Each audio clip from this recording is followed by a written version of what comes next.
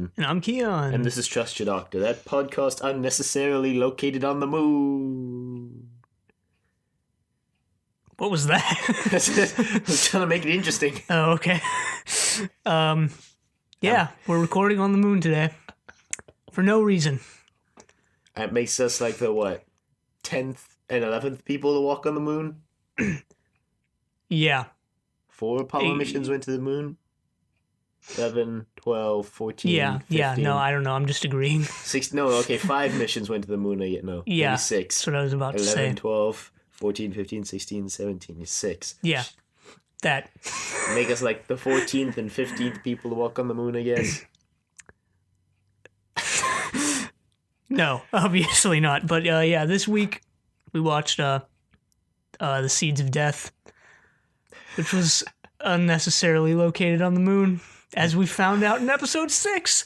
But not all of it was unnecessarily located on the moon. But the parts that were located on the moon were unnecessarily so.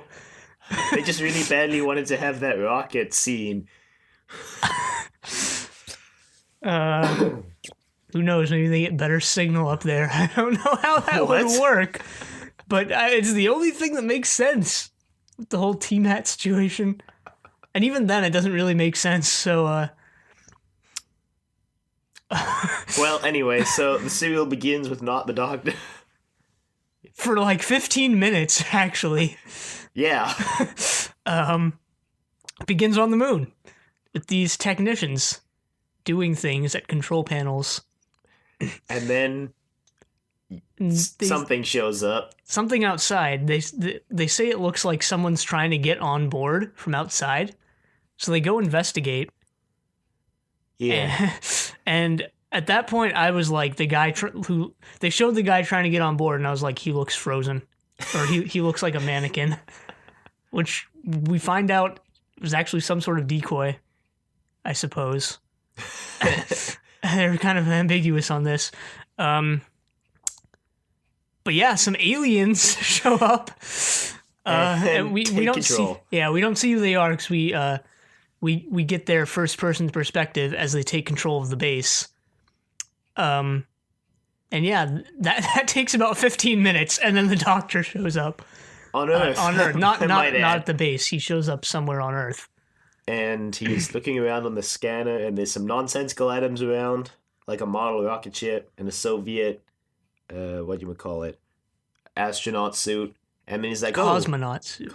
I don't know how I remember that, but yeah. Cosmonaut suit. And the doctor mentions, we're in a space museum. Is it a reference? Is it not? Probably not. But so they leave and they meet this guy named Professor Eldred.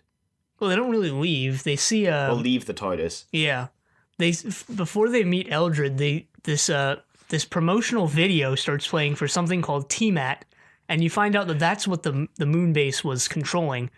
And basically what TMAT is, it's a teleportation system that teleports things to just the major cities on Earth. And it's basically, including Canberra. Yeah. I felt the need to mention that because I don't know when that becomes a major city, but to be honest, I don't even know where it is. But yeah, apparently it's TMAT has replaced all other forms of travel. That's what I assumed. It's at least confirmed to have replaced space travel, like with rockets. And based on something Kelly says in episode 6, I assume it's replaced cars. Yeah. But yeah, that happens, and we find out that Eldred was a rocket technician who hates TMAT for stealing away his life's work and making it obsolete. Yeah. And he wants to kick the Dr. Jamie and Zoe out because he thinks they're just like sightseers. But then the doctor turns out to be incredibly interested in manned space travel. And then they have this scene where they're all giddy about the rocket. Eldred's like, look, let me show you. And the doctor's like, ooh, goody. And then Jamie and Zoe stand off to the side and are like, make sarcastic comments. Basically. And then, so Earth, the Earth Control finds out that the moon base isn't working, so Radner, the commander of the Earth situation, Base, yeah, yeah, decides that they need to go get Eldred for his rocket expertise. Um, yeah. I believe so. Yeah. Back on the moon base, a bunch of people are dying. The aliens are killing people, and so they kill a few people, and then this one guy escapes into the inner corridors of the base, I assume, Mhm. and another guy named Fuchsium, who I thought was named Fuchsia until like episode 6 or 5, Maybe his decides. suit was fuchsia colored. I don't know.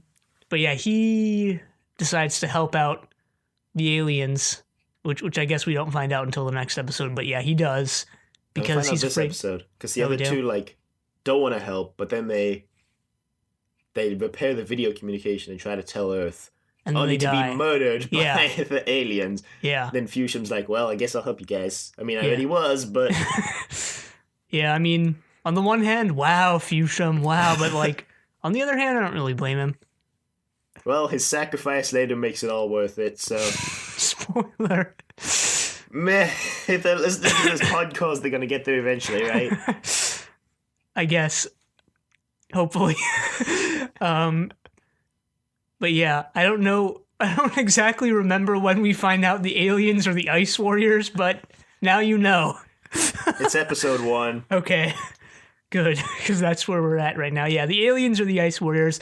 They're back, and I assumed it was the Ice Warriors, or at least guessed it was in the middle of the episode once I realized they were breathing like Sssssss. So yes, the return of Sssss. So anyway, Radner takes his chief TMAT technician Kelly to Professor Eldred's house to try and convince him to launch his rocket, because it turns out Eldred's been working on a rocket in secret for the past like 10 years or whatever. Just in his basement, I guess. Just something he does on the side. Build spaceships. Well, but then they spend the first 10 minutes of episode 2 trying to convince him to launch, and he's like, no, it'll never be ready. Even with an unlimited budget, it's not safe, and we have no one to pilot it. And the doctor's just like, we'll pilot it. And everyone else is like, well, it's not like we have any astronauts or anyone who knows how to use a rocket anymore, so why not? So eventually they get it working, and the doctor, Zoe, and Jamie head to the moon to go see what's wrong with TMAT. Yeah, and Kelly wants to go instead of Jamie because Jamie is clearly the least knowledgeable of the trio in terms of rocket control. Radner vetoes that idea. He's like, well, if you die, then who's going to repair TMAT? Which brings up the question, why does only one person in the world know how to repair TMAT? It's a long-held line of secrets. There's only one successor to the TMAT repair legacy. I don't know. Well, they thought it was infallible, so maybe. That's what they said about the Titanic. Yeah, really look how doesn't that have it. turned out. But yeah, Jamie's finally sticking up for himself. He's like, you know what? I'm not going to have anyone tell me I'm not going to the moon. Well, Doctor sticks up for him, dude's like, yep, Jamie's coming with us. And they go, and everything goes terribly wrong, as predictably, everything goes wrong. Right, but first, I think it cuts back to the moon base before this, where we see Phipps, who is the one who escaped from before. Yeah. He's set up base in some sort of supply closet thing. The solar energy room, I guess. Solar energy room, was that what it was? Yeah. Yeah, there's this great scene where an ice warrior's tailing him, right? So he hides in this room, and he just presses himself up against the wall. The ice warrior basically looks directly at him and then leaves. Like that Dalek in, what was it? Yeah, Dalek Invasion of Earth. Oh yeah, Dalek Invasion of Earth. great hiding spot. And this happens a couple more times where the Ice Warriors just don't use their peripheral vision. Maybe they don't have any. Yeah, I mean, Their eyes are huge, but I don't know. maybe they're blind. Maybe they work on, like, sonar. That would be interesting. If I didn't know better, I'd say their thing is sonar, but no, it's not. It's not. But yeah, they lose contact with the rocket pretty much immediately after it launches. Yep. And so they're just like, well, either they're gonna make it to the moon or they're all dead. And Jamie makes this comment like, wow, this is worse than the TARDIS, which I thought was funny. The doctor was just like, oi. And then he goes back to the burning control panel. And Zoe calculates that since they've lost all control, they're probably going to hurtle into the sun within 5 months. What? You don't remember this? No, I do, but that's like, what? And Jamie's like, well, I guess we don't have to worry about that. And Zoe's like, why? And he's like, well, we only have 3 days worth of food. Yeah, I guess that's foreshadowing now that I think about it. The whole plummeting into the sun thing. Or just a reused plot element. Nah, probably foreshadowing. I guess. So yeah, eventually, so Phipps, who decides to start sending out a distress signal, which doesn't contact Earth, but somehow manages to get onto the rocket's frequencies. So he starts talking with the doctor, and the doctor apparently can use the distress signal as a new homing beam. Yeah, because the homing beam on the moon base isn't working. Yeah. So they do that, and the rocket lands. Well, not before it accidentally turns off, and then Phipps has to replace the fuse. Oh, yeah. That plot element. That 2-minute extension of the episode. Yeah. Yeah, so they yeah. land. The doctor goes to find Phipps. I thought his name was Fitz, so yeah. And Jamie and Zoe stay in the rocket, but not for long. Yeah, Zoe goes to inspect the motor. And it turns out that it's not working. They won't be able to take off, even if they had any fuel, because apparently they only had 1 trip's worth of fuel. Yeah, well, there was a refueling base on the moon, and Jamie refueled it. Only for Zoe to immediately tell him, nope, doesn't matter, the motor's shot. So... Yeah, so they need to go find... Phipps. So they and can the doctor. Escape. Yeah. So they're running through the base, and the doctor finds out at this point it's the Ice Warriors again. And so there's this drawn-out chase scene where he's running away from the Ice Warrior, only to get knocked out. Well, he's not knocked out yet, but he just gets captured. Yeah. Gets captured. And meanwhile, Zamie and Joey. I think I said that last time, too. Jamie and Zoe are also making their way through the base. And again, there's more terrible hiding spaces. Did you notice this? Again, they're just pressed up against a wall, and the Ice Warriors just don't notice them. Anyway, at this point, Kelly's landed. So Fusion repaired the emergency T-mat for the Ice Warriors, but instead of sending anything to Earth, they activated on receive only, and Kelly on Earth is like, well, I'm just going to T-mat to the moon now, Rad, and okay, bye. And Rad was like, nope, no, you're not. And Kelly's like, well, you can't stop me. So she does that. And then repairs the T-mat, and then finds out the Ice Warriors are in control of the base, and she makes a break for it. Right, and gets away. Because when she came back to the moon, Fuchsia makes up this fallacious story about how one of their own men turned on them, killed everyone, and he was the only one who survived. Yep. Wow, Fuchsia.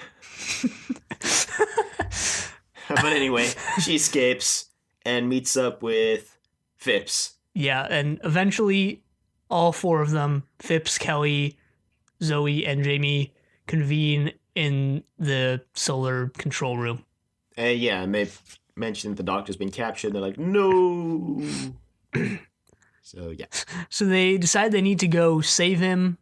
We also forgot to mention that Phipps is his like hardwired a solar energy beam thing that kills the Ice Warriors. He did that earlier. Uh, so they kill a couple more. Well, they kill one more for Right, now. one more for now. It's true. So I think at first Phipps and Jamie decide to go rescue the doctor, but they can't for some reason. I think it's because they can't fit through a grate or something like that. Something stupid. So they go back and Zoe is like, I can fit through the grate, so No, this is when they were to turn on the heating control with the whole great subplot. oh. Yeah. Oh. Well, anyway, they rescue the doctor at some point, get him into the solar energy room, but he's been knocked out by this Weird thing. seed pod thing. This, Which looked like a white orb. yeah, About the size of a volleyball, I assume. A little smaller. yeah. And yeah, it basically blew up, and the doctor inhaled a bunch of gas and dies. Or the ice warriors like that would kill any human. Of course, the doctor's not human, but so he survives. But you don't find that out till later. Well, yeah, I think you can assume he doesn't just straight up die right there. Well, we're close to his regeneration. Maybe he dies right there and doesn't regenerate for 2 cereals. Yeah, sure. Sure. The whole next cereal is just his limp body. Yeah, I guess they just kind of forget about him for a while because they leave his presumably dead body in the corner. Which gets dragged to the solar energy room by Jamie and Phipps, I guess. Yeah. Yeah, so they team at all the little spherical orb things down into major cities on the Earth. And you're not really sure what they do, but one of them shows up at Earth Control, and Radner's like, what's that? And then his chief technician, Brent, or second in command technician, since Kelly's the chief, decides to investigate it, and the episode ends. And then the next episode starts, and he dies! Brent dies! Yep. From the weird orb thing. Yes. Then they're like, it'd be a good idea, let's just vent all this gas out into the outside atmosphere. So they do that, only to later realize that was a terrible plan. Because apparently the gas contains a fungus that spreads rapidly over the entire Earth, causing Earth's atmosphere to be toxic. And they're like, oops. And since the Ice Warriors have sent the orbs to multiple Team Hat locations, now the entire Earth is effed. Good job. But no, because it's apparently a really it's either a really slow-moving fungus or the next 3 episodes happen very quickly. But so the doctor had offhandedly mentioned at some point that the Ice Warriors don't like heat to Jamie and Zoe, and so they bring that up with Phipps, and Phipps is like, oh, there's a heating control, we can turn up the heat, and that'll, kill off the Ice Warriors. So they're like, all right, let's do it. And they can't fit through the gate, like Kiyan mentioned.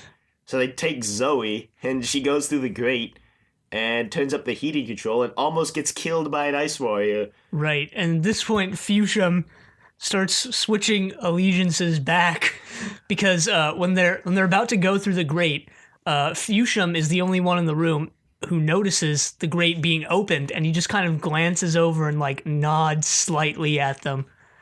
And then distracts the Ice Warrior. But not well. Yeah. So yeah, like you were saying, Zoe almost dies, and 2 Ice Warriors do, though. After the heat goes up. Right. Somehow Slar survives that. Right, Slar is the commander, who looks slightly different from everyone else. Yeah. Yeah, he barely survives. Once they evacuate, once to the solar energy room. Don't they go back using T-Mat? Yeah, after the doctor wakes up finally. Yeah.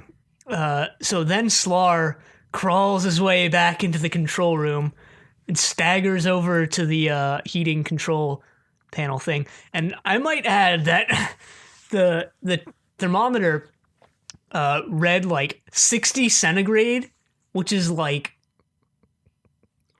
not survivable. I don't know how the humans survived.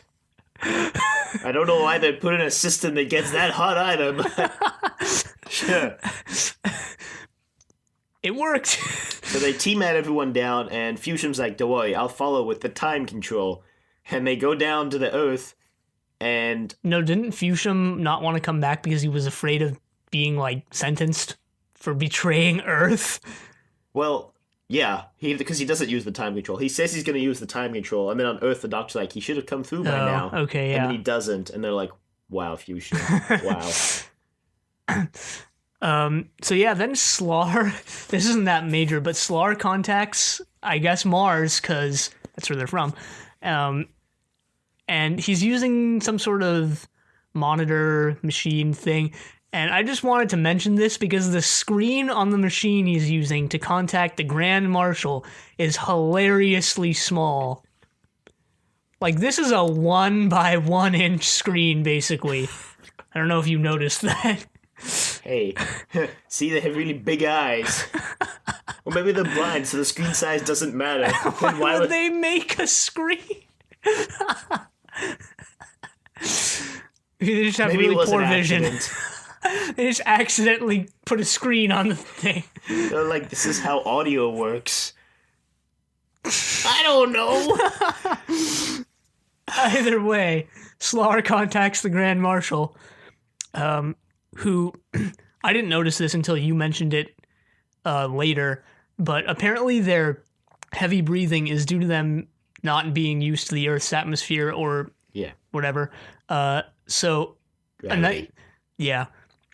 the Grand Marshal actually doesn't have that heavy breathing, which was nice that they actually remembered to add that touch.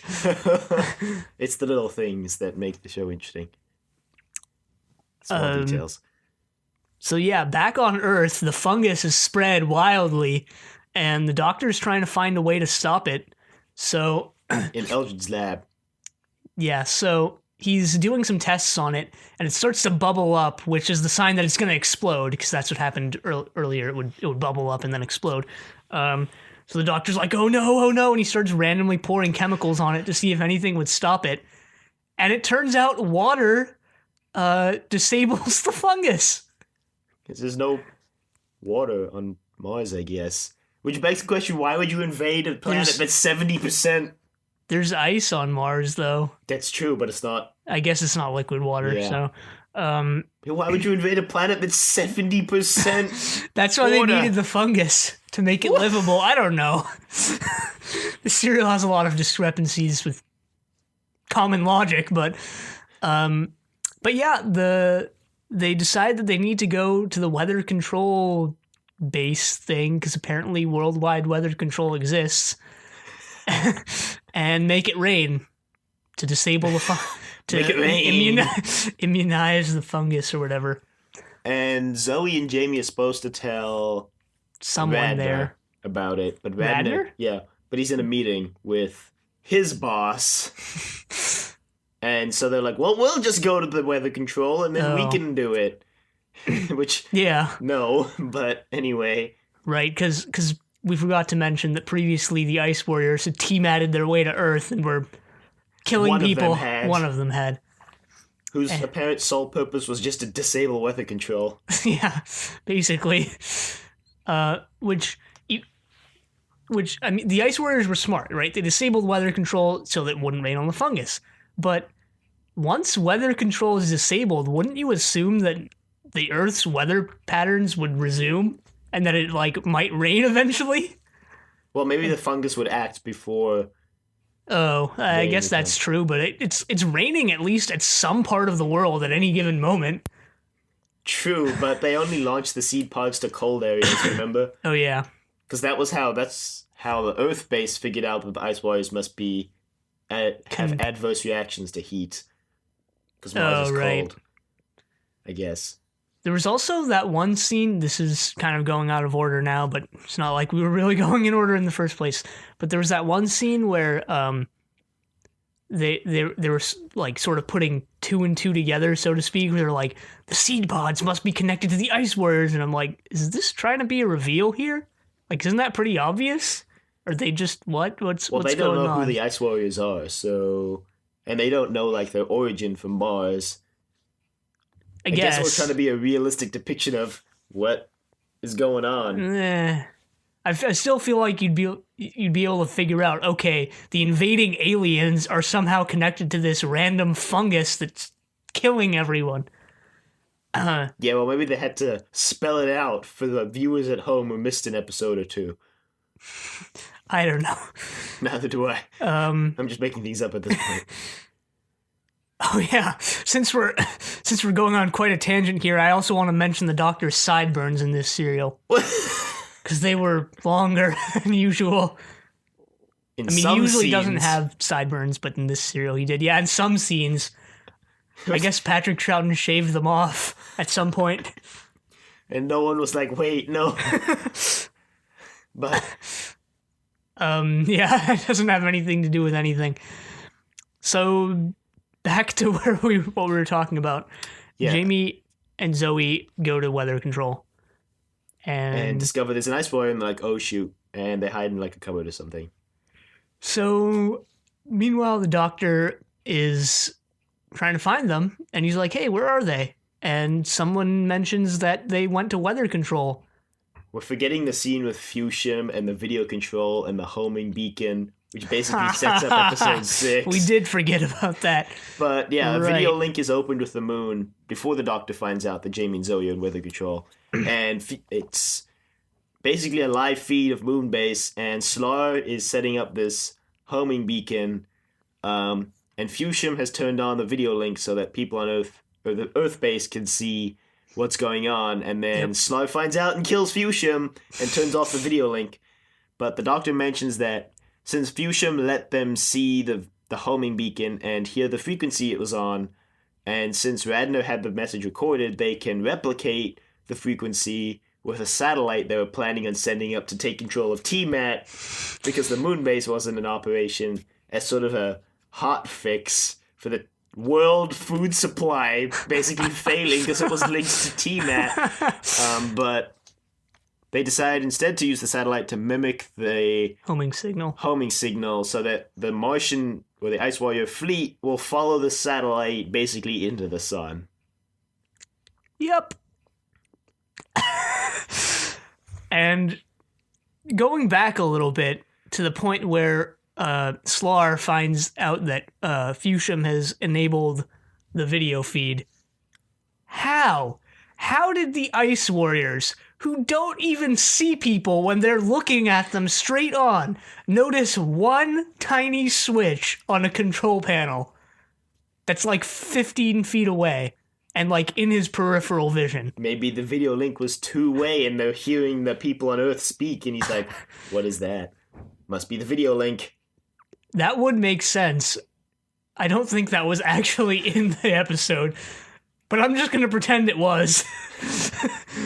I don't know. I'm just explaining things that they didn't in a made-up way. So the Doctor finds out that Jamie and Zoe are in weather control, and he's like, well, you guys work on the satellite, and I'm going to go rescue Jamie and Zoe. Except he freaks out about it. He doesn't say it calmly. Yeah, because there was an Ice Warrior lost sighted there, and he's Right. like, oh, damn. So he runs through a bunch of the fungus, getting covered in it on the way. And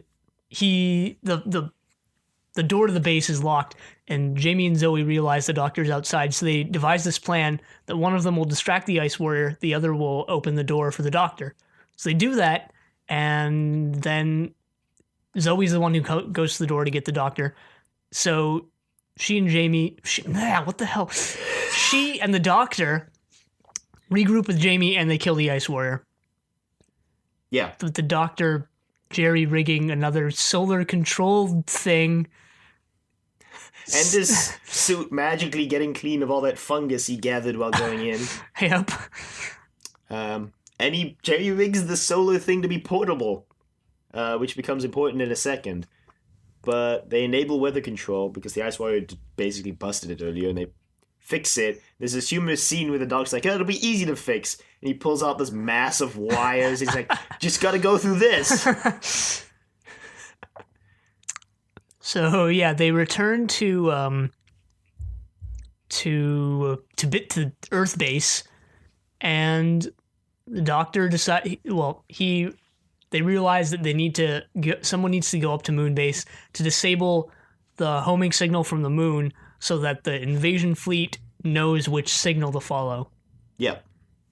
So the doctor does that, and gets captured right away. Apparently, he disables the signal enough that it doesn't. Yeah, he just reduces the volume. Yeah, something like that. So he starts conversing with Slar to buy time, and eventually, the Grand Marshal calls again and alerts Slar that they're now heading into the sun and that they're all gonna die, and that it's Slar's fault. And there's this scene. I actually kind of felt bad for Slar because he was like, "Oh God, I've killed the entire invasion fleet." Well, he didn't say that, but you could tell. And the doctor was like, "Yeah, you did, Slar. Yeah, you did." No, he didn't. He didn't say that. He was just like, yep, I reduced the volume. And Slar was like, you! And the doctor lunges and uses an Ice Warrior's gun to kill Slar. Yep. And then Jamie decides the doctor needs help, so he T-mats his way up to the moon, and he and the doctor help kill the final Ice Warrior. So, and honestly, this got really dark, because if Slar and the Ice Warrior hadn't died, their lives probably would have spiraled down into despair, because they were basically responsible for killing members of their own species. Yeah, well, Slar's like, you've killed the entire invasion fleet. And the doctor's like, you were trying to kill an entire species. Which contradicts what the first Doctor kind of stood for in a few serials, which is like 2 wrongs don't make a right, but hey, revenge is sweet. What can I say? Maybe the Doctor was just desperate to start the invasion. I mean, 2 serials ago, he had another invasion of Earth that he had to stop. When doesn't he? Well, the Crotons. A lot of times, actually, but yeah. So the invasion fleet is hurtling into the sun. All the pertinent Ice Warriors are dead or about to die, and the day is saved yet again. So back on Earth, Kelly makes the comment that maybe stationing T-Mat control on the moon wasn't such a good idea, and that now they're going to reinitiate T-Mat on the Earth. And I was just like, what? Yeah, and then Eldred was like, but you need a backup system. You can't just rely on T-Mat. I'm sure the Doctor will... And then it turns out the Doctor's gone. Yep. He takes off again. Yeah. He and the companions So he brings it up. He's like, why did you rush us off, Doctor? He's like, questions, explaining things, it's too much. And they leave. Yeah. I mean, my major problem with this serial was right at the end, where we find out T-Mat didn't have to be stationed on the moon. Which begs the question, why was it? Well, see, like, I would assume, like, putting a base on the moon, like, okay, there's a scientific advantage to having a base on the moon, because you can go there easily and collect samples, but, like, why would you control it from the moon? Like, why? And even still, if you control it from the moon, why wouldn't you implement some sort of backup control system on the Earth? Yep. Just, yeah. It flies in the face of common sense. And when you think about it, this whole discrepancy wouldn't even be a problem if Kelly hadn't had that one line. This is true. I mean, it's all because Kelly was like, well, we can just station it on Earth now, I guess. But yeah, I like this serial. I did too, actually. It was better than the first Ice Warrior serial. They're still not good villains, in my opinion, because, in all honesty, they're just way too generic. There's just basically nothing about them that makes them stand out other They're than... from Mars. The only villain from within this solar system. Well, the Cybermen were originally. Yeah, I guess. That 10th planet. But yeah, I guess they have a whole history where once interplanetary travel becomes commonplace, I don't know what happens to them. Neither do I, but their wiki page is very long and is very detailed. So I remember like looking at it yesterday and being like, oh man. And all these headers like the rise of the Ice Warriors, the fall of the Ice Warriors, underground for 1,000 years. I don't actually know if that was one of them, but yeah, I don't know if I mentioned it earlier, but the reason I did mention it. The whole reason why the whole breathing thing. Yeah. So I can only hope that if they do come back, that their next serial is set on Mars, because honestly, the most annoying thing about them is their breathing. Like, it's in all honesty, I guess it's not that big of a deal. Personally, I was irritated by it. Like, by the end of the serial, I was just like, stop doing that. I mean, I wasn't really that irritated by it. I was just like, well, I guess it's just another unique character voice, but I could see how it could get irritating very quickly. I mean, it's just like how the Daleks' voice can get really grating if you listen to it for too long. I guess. But at the same time, most of the other unique alien voices aren't... Some of them are annoying, but none of the other ones are annoying even when they're not speaking. And I suppose, I guess, like, budget-wise, they only have so many ways they can make the voice distinct in the 60s. Yeah, I guess. And I mean, even technology-wise, back in the 60s, like, maybe even if their budget was higher. But yeah, somehow a not-so-memorable villain who appeared originally came back in a better second serial. I don't know if that's ever happened before. Not so far. Maybe it'll happen again. I'm assuming it's going to happen again. Yeah. At some point. I don't know if the Ice Warriors are going to come back at all, but... They come back in the audio dramas. Of course they come back in the audio dramas. Everyone comes back in the audio dramas. They come back in the audio dramas like 10 times. And they have audio dramas that are like based on serials that were planned for the classic series but didn't come to be for whatever reason, and there's 2 of them based on Ice Warrior stories for the 6th and 7th Doctors. Huh. So, even if they don't meet them, they were going to, but those were scrapped. I think one of them was scrapped because Colin Baker decided to leave early.